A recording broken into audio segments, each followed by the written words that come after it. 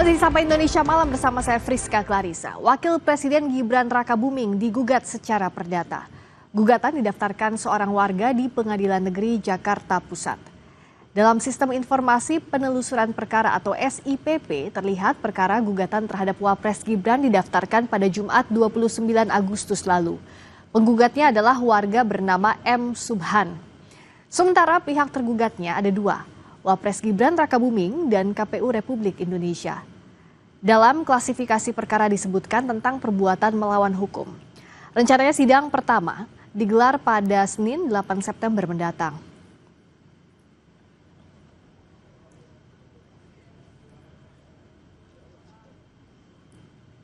Mengapa Wapres Gibran digugat perdata? Apa yang menjadi perkaranya? Kita bahas bersama penggugat Wapres Gibran di Pengadilan Negeri Jakarta Pusat, Subhan Palal, dan juga Wakil Ketua Umum Bara JP, David Pajung. Selamat malam Pak Subhan, juga Bung David. Mbak. Selamat malam. Selamat malam Mbak Friska. Selamat malam Mas David. Selamat malam. Subhan. Nah kita akan tanyakan dulu ya ke Pak Subhan. Saya mau tanya dulu. Nah, klasifikasinya kan perbuatan melawan hukum. Spesifiknya apa yang dianggap perbuatan melawan hukum? Jadi gini, kita berangkat dari negara hukum. Maka semua penyelenggaraan negara harus diatur oleh hukum. Apa yang tidak sesuainya? Ya, yang tidak sesuai karena dalam undang-undang pemilu itu dipersyaratkan seorang wakil presiden atau presiden sekalipun harus minimum tamat SLTA, alia, SMA atau sederajat. Nah, wakil presiden ini tidak punya ijazah itu. Ijazah SLTA nggak punya. Kalau di KPU apa tertulisnya waktu yang di KPU calonkan sebagai kalau presiden? Di KPU hanya tertulis SMA-nya 2 kali malahan, yaitu diselenggarakan di Singapura sama Australia. Yang di Australia itu yang disetarakan sama SMA itu Orchid Park Secondary School Singapura, yang Australia UTS Inset Sydney. Kalau dari hasil penelusuran Pak Subhan dan kawan-kawan itu tidak setara SMA? Gini, meskipun setara, tapi undang-undang tidak memberikan amanat itu. Amanatnya hanya tamat minimum riwayat pendidikannya SLTA atau SMA alia sederajat. Hanya itu. Saya tanya ke Bung David, ini dipersoalkan soal pendidikannya dianggap tidak memenuhi syarat SMA atau sederajat. Ya, jadi gini Mbak, ini kan kita sudah melangkah 10 langkah, terus kemudian kita mau menarik langkah lagi undur ya. Ini namanya mencari jarum dalam jerami ya, artinya sesuatu tindakan yang sia-sia, yang begitu berat. Karena gini, ini kita mencoba membangun sebuah kekisruan dialektika yang tidak konstruktif. Karena pertama, Mas Gibran ini tamat, justru tadi sudah disampaikan oleh Mas Subhan sendiri kan, tamat di 2 tempat malah, dan tempat itu adalah tempat berkelas. Di Orchid Park Secondary di Singapura dan di Australia. Itu setara ya, setara, bahkan kalau kita mau menyetarakan dalam sisi kualitas ya bisa dipersandingkan lah kualitasnya seperti apa dengan misalnya SMA kita di Indonesia. Lalu kemudian yang kedua, Mas Gibran ini adalah mantan wali kota, di mana persyaratan administrasi ketika maju di pilkada wali kota, lalu kemudian maju ke pilpres lagi sebagai wapres, itu kemudian mengalami lagi satu proses di KPU ya. Jadi 2 kali proses itu.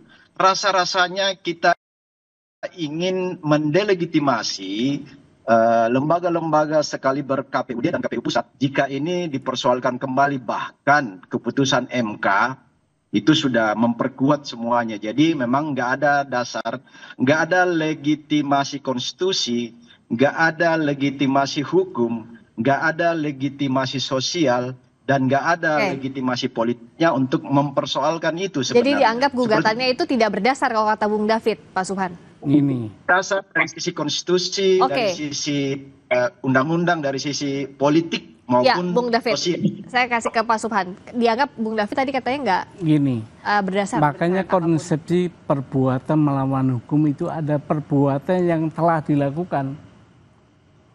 Kalau sebelum dilakukan kita nggak tahu itu. Nah, konsepnya perbuatan melawan hukum, ya itu tadi. Setelah perbuatan dilakukan. Nah, kalau misalnya gugatan perdata itu kan misalnya tadi kata Pak Subhan dan kawan-kawan itu tidak setara dengan SMA. Misalnya saat dibawa ke pengadilan sudah adakah bukti-bukti untuk menyandingkan itu? Gini, kalau tadi Pak David ya, Pak David. berbicara tentang penyetaraan. Penyetaraan itu oleh siapa? Apakah KPU punya kewenangan untuk itu? Nggak punya, di undang-undang ada itu. Yang ada hanya tamat SMA, alia, atau yang sederajat. Artinya apa itu? Pendidikan STA yang diselenggarakan berdasarkan hukum Indonesia. Itu SMA-nya. Berarti kalau untuk pejabat yang sekolah di luar Indonesia nggak bisa dong mendaftar atau gimana? Kalau persyaratannya nggak cukup, nggak bisa. Ini persyaratannya SMA. Dia nggak ada, ijazahnya nggak ada SMA-nya. Oh, ijazah SMA yang dipertanyakan. Bukan dipertanyakan oleh KPU, dibilang nggak ada. Oke, Bung David. Diumuman nggak ada. Bung David nggak ada ijazahnya. Ini masalah ijazah lagi. Ijazah SMA-nya nggak ada, di KPU nggak ada. Bung David. Nah, itu jadi gini ya. Di KPU itu ada mekanisme mereka.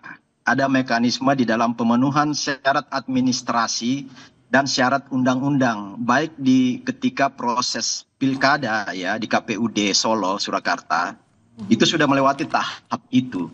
Kemudian yang lebih tinggi lagi jangkauannya di KPU Pusat ketika Cawapres kemarin itu dilakukan hal yang tentu lebih saringannya lebih ketat lagi, baik dari sisi undang-undang ya, dari sisi administratif, termasuk tadi itu bahwa sederajat ya, bahasa hukumnya itu sederajat. Nah, sederajat ini ya bukan di situ nggak bunyi bahwa itu khusus lulusan Indonesia. Coba Pak, di mana Pak Subhan temukan itu bahwa khusus lulus di dalam negeri atau pendidikan di Indonesia, kan nggak bunyi itu. Jadi prinsip hukum selama nggak ada bunyi itu maka nggak ada pelanggaran Pak. Dan ini kembali lagi ya, kita membuat kekisruhan lagi seolah-olah ini ada pelanggaran hukum ya. Kita mengabaikan mendelegitimasi tugas dan fungsi KPUD. Kemudian sekian puluh juta rakyat Indonesia, rakyat Solo yang sudah memilih Mas Gibran di Solo, rakyat Indonesia yang sudah memilih Prabowo Gibran di Indonesia itu dengan kemenangan 50% lebih ya, 56% itu kita mencoba mengabaikan itu. Ini hal-hal yang dicari-cari, kemudian kita mencoba membangun sebuah kekisruhan politik ya, kalau ini terus digoreng pada hal-hal yang tidak konstruktif bagi bangsa ini. Bangsa ini coba maju lebih jauh lagi untuk bagaimana meraih Indonesia Emas dengan segala macam Jadi perjuangan. kita ada buktinya. Apa bukti yang dipunya oleh Pak Subhan, coba dokumennya? Gini, saya bacakan Mas David ya. Bunyi monggo. Pasal Undang-Undang Nomor 7 Tahun 2017 tentang Pemilihan Umum, Pasal 169 huruf R, junto Pasal 13 Peraturan Komisi Pemilihan Umum Nomor 19 Tahun 2023 huruf R juga. Bunyinya begini nih. Berpendidikan paling rendah tamat sekolah menengah atas. Madrasah aliyah, sekolah menengah kejuruan, madrasah aliyah kejuruan, atau sekolah lain yang sederajat. Cukup kan? Cukup definitif itu. Kenapa? Sangat definitif. Iya, definitif. Sangat. Nah, dia si wakil presiden ini gak punya salah satu dari yang disebut ini. Sekolah lain yang sederajat, Bapak memahami makna sekolah lain yang sederajat itu gimana? Silakan dijawab. Makna lain yang sederajat itu adalah sederajat yang diselenggarakan berdasarkan hukum Indonesia. Oh, enggak bunyi begitu Pak. Coba jangan menerjemahkan sendiri. Bukan, ya. ini bukan menerjemahkan. Jangan mencoba membangun interpretasi. Bapak juga jangan menafsirkan lain. Ini tafsir gramatikalnya begitu. Loh, Udah. KPU sebagai lembaga pelaksana pemilihan umum ya, baik di daerah KPUD dan di pusat itu KPU, itu sudah menginterpretasi itu berdasarkan kewenangan diskresi yang ada pada mereka, Pak. Dan itu kita yakini pasti berkoordinasi dengan lembaga-lembaga tinggi pendidikan yang formal di Indonesia.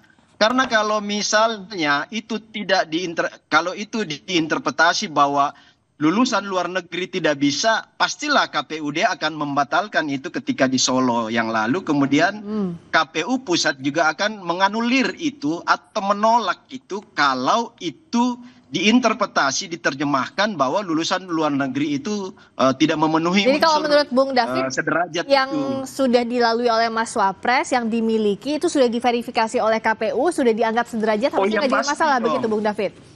Pasti dong, nggak mungkin itu ditetapkan menjadi ketukan palu oleh KPUD ketika calon wali kota dan KPU pusat ketika mencalonkan diri sebagai cawapres. Saya ke Pak Suhan, nggak mungkin kalau tidak lolos verifikasi, toh sudah melewati di berbagai kota, lalu juga sampai ke pusat.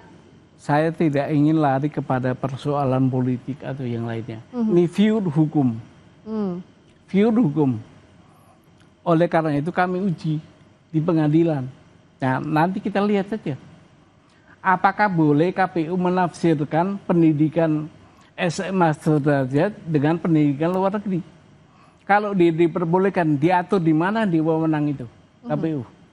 Nah, kalau pejabat, ini pertanyaan awam pastikan dengan gugatan ini, kalau pejabat dia lulusan luar negeri, legalisasinya berdasarkan hukum ini kalau menurut tafsiran Anda seperti apa? Kalau pejabat lain kita belum tahu bagaimana persyaratan diatur oleh undang-undang. Kalau ini kebetulan diatur undang-undang secara limitatif. Limitatif harus menjalani pendidikannya di Indonesia? Iya, di Indonesia. Untuk SMA saja atau dengan? SMA, cukup sampai SMA aja. Oke. Iya. Nah, oke Pak Bung David dianggap bahwa ya ini untuk SMA saja. Kalau tadi berdasarkan undang-undang, menurut tafsiran dari Pak Subhan, seperti itu. SMA-nya terbatas. Ya, itu kan tafsiran beliau, Pak Subhan, ya, dengan segala hormat ya. Itu tafsiran Pak Subhan. Karena gini, Pak, lembaga yang berwenang di dalam proses menerjemahkan administratif persyaratan calon itu KPU, ya. Nah, ini dasar hukum ya, dasar hukum dan dasar politik. Karena ketika itu tidak memenuhi kausal hukum undang-undang pemilu, pasti akan tercoret oleh KPU. Pasti itu, saya pastikan. Dan pasti akan dikomplain ketika itu. Kalau apa yang Pak Subhan sampaikan itu benar ya, itu pasti akan dikomplain baik oleh masyarakat maupun lawan-lawan calon oleh Mas Gibran dan Pak Prabowo kalau di tingkat capres-cawapres kemarin. Ataukah lawannya di KPUD di Solo kemarin, pasti akan diributin. Nah, ini kan nggak ada problem di soal itu sampai pada selesai di Solo, sampai pada proses pengetukan palu kemenangan di KPU pusat ketika Pilpres itu diketukkan palu, itu nggak ada problem sama sekali. Oke, selama ini dianggap kata Bung David nggak ada problem dari dulu sampai sekarang. Kenapa waktunya sekarang Pak Suhan? Jawabnya nanti usai jeda di Sapa Indonesia Malam.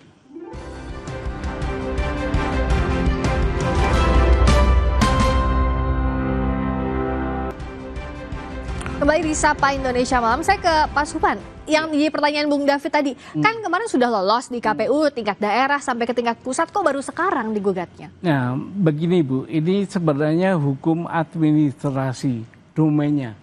Itu berlaku prinsip begini, sesuatu kebijakan atau tindakan pemerintah dianggap benar sebelum dapat dibuktikan sebaliknya. Nah, saya ingin membuktikan sebaliknya itu. Itu prinsipnya. Ini mendaftarkannya, tapi kalau dianggap ini hukum administrasi, kenapa nggak ke PT UN? Nah, pertanyaan bagus tuh. Saya udah ke PT UN Bu, tapi kena dismisal. Oh, dismisal. Karena waktu. Perkaranya. Oke. Waktunya udah nggak cukup katanya. Jadi Sekarang larinya ke perdata. Iya, ini buktinya di Penetapan dismissal ini ya. Iya, Oke. Karena bahwa dari segi waktu PT UN Jakarta tidak berwenang lagi memeriksa sengketa yang berkaitan dengan surat keputusan KPU tentang penetapan pasangan calon presiden dan wakil presiden RI. Makanya gugatan penggugat tidak diterima, begitu ya. Iya. Nah, makanya ini lari ke perdata. Ke perdata. Tapi dianggap apakah kalau dengan jalan perdata bisa masuk? Sementara ini perkaranya sebenarnya awalnya adalah HAN atau PT UN, begitu. Bisa. Karena ada prinsip gini, residu semua pengadilan itu ada pengadilan umum. Kalau nggak bisa di pengadilan khusus, maka di pengadilan umum. Makanya diambilnya dari sisi perdata. Oke, Bung David, ini kenapa baru sekarang? Karena dianggap inilah perkaranya administrasi negara atau tata usaha negara. Nggak bisa ke PT UN karena sudah dismisal. Kalau menurut Anda, lewat jalur perdata ini bisa akan goal atau tidak? Ya, saya pikir itu bagian dari usaha Pak Subhan dan kawan-kawannya. Itu juga kita menghormati hal-hal yang bagian dari perjuangan dan usaha yang dilakukan Pak Subhan. Pada satu sisi kita ingin mengatakan bahwa ini bagian dari proses pendidikan politik dan pendidikan hukum bagi publik Indonesia, bagi masyarakat Indonesia. Ya, kita ambil hikmahnya aja. Tetapi dalam satu keyakinan prosedural hukum yang sudah ada, rasa-rasanya itu sangat tipis untuk perjuangan-perjuangan kawan-kawan Pak Subhan dan tim itu bisa sesuai dengan harapan. Tetapi setidaknya ini menjadi satu case hukum untuk di kemudian hari ini bisa ada langkah-langkah antisipatif ke depan. Tetapi yang saya mau katakan begini ya, legitimasi konstitusional, legitimasi hukum, legitimasi politik dan ujian akhirnya itu legitimasi sosial itu sudah diraih semua oleh pasangan Prabowo Gibran sebagai presiden dan wakil presiden Indonesia, dan itu resmi sah, gak ada hal-hal yang sedikit pun yang dari 4 sisi legitimasi tadi ya, konstitusional, undang-undang, administratif, hukum dan prosedural, kemudian sosial dan politiknya semua dapat. Nah, bagi saya ini bagian dari dinamika, tetapi pada satu sisi kita juga meyakini bahwa ini adalah usaha-usaha yang rasanya sia-sia karena pemerintah sekarang khususnya Presiden Prabowo dan Mas Gibran ini tengah berjuang untuk merealisasikan semua janji-janji politik dalam rangka mencapai tujuan berdasarkan campaign Astacita yang dikampanyekan oleh Pak Prabowo dan Gibran ya. Jadi ini lebih fokus mereka ke sana. Nah, tapi kalau dari sisinya Pak Subhan, apa yakin nggak ada motif politik di balik ini? Gini, Mbak, saya ini bukan orang politik, ya.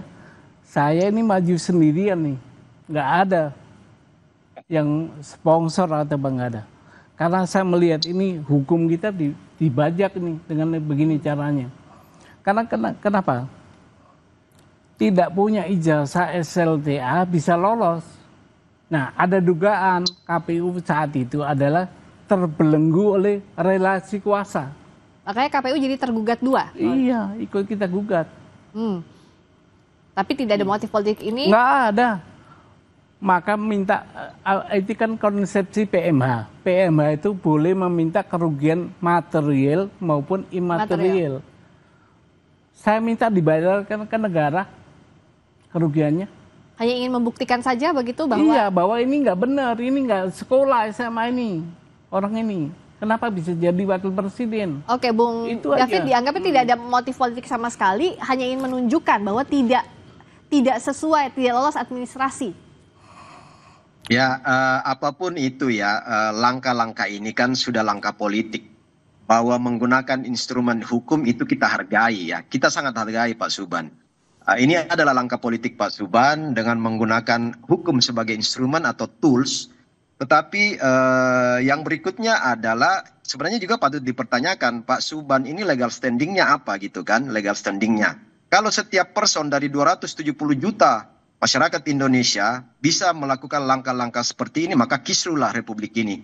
Aparatur hukum kita akan energinya akan habis untuk merespon ya, memproses hal-hal yang sesungguhnya ini bagi saya ya itu tadi langkah yang sia-sia karena sudah dilewati sekian lama ya, seharusnya Pak Subhan ini kalau mau memperkarakan itu ya paling nggak misalnya ketika ketukan palu KPU, ya ketukan palu KPU menjadi calon yang sah.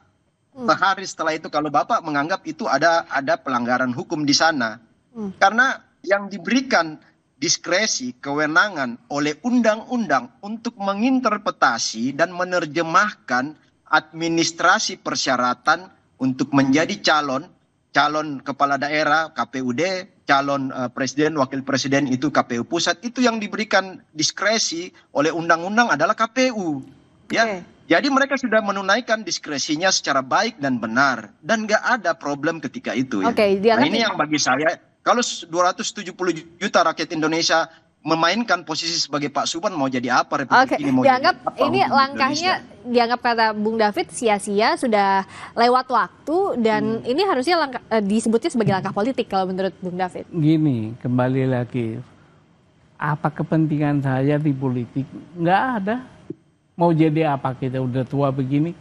Saya lebih sayang negara hukum saya diacak-acak dengan cara ini. Negara hukum itu amanat konstitusi. Ya. Nah itu kan interpretasi Pak Subhan. Diacak-acak itu versi Pak Subhan kan. Versi 1 jiwa dari 270 juta. Sekian puluh juta mengatakan nggak ada itu diacak-acak. Nggak ada itu. Jadi kita jangan membangun sebuah opini yang ya justru ini opini yang mengacak-acak hukum yang dibangun oleh Pak Subhan, silakan dijawab. Orang pribadi kan. Gini, bahasa itu ada bahasa yang berkembang. Kami ingin pure hukum. Kita buktikan bahwa wakil presiden tidak memiliki ijazah SMA sederajat. Itu aja. Hanya itu. Ingin membuktikan dulu. Iya. Perkara nanti diterima atau tidak ya, itu urusan lain. Karena kita yakin. Kita ini keyakinan. Fakta sudah membuktikan, Pak. Fakta kita menang. Tapi keyakinan kita berbicara lain. Karena pengalaman ini ada kekuasaan di sini. Jadi dianggap ini adalah hak untuk menggugat, Bung David. Iya, hak kita sebagai warga negara. Hak untuk tadi saya katakan tadi itu hak pribadi ya. Hak pribadi setiap orang. Cuman kalau setiap hak pribadi seperti ini dilayanin oleh institusi hukum, maka akan rusak Republik ini. Kalau 270 juta orang mengambil langkah sama dengan Pak Subhan, kisruhlah Republik ini. Tadi saya mempertanyakan legal standing Pak Subhan itu sebagai person kan di situ. Nah, legitimasi politiknya terlalu kecil ya. Legal standing saya warga negara. Legal standingnya sudah cukup dianggap sebagai cukup warga negara. Banget warga negara. Ini untuk negara ini. Nanti sidang pertamanya adalah 8 September. Iya, 8. Sudah ada agendanya apa, membacakan gugatankah? Agendanya pembacaan gugatan. Jadi kita tunggu nanti 8 September pembacaan gugatan akan dibacakan di Pengadilan Negeri Jakarta Pusat, diterima atau tidaknya kita ikuti proses yang berjalan. Terima kasih Pak Subhan Palal, penggugat Wapres Gibran di Terima kasih Mas David. Selamat malam. Bung David Pajuk, Wakil Ketua Umum BARJP. Selamat berjuang Pak Subhan ya. Iya, baik, terima kasih. Selamat malam. Berikutnya saudara, kami kembali dengan sorotan lainnya. Masih di Sapa Indonesia Malam. Eksekutif Lokataru Foundation sekaligus aktivis HAM Del Pedro Marhain ditangkap polisi. Sesaat lagi di Sapa Indonesia Malam bersama Radhi Saputro.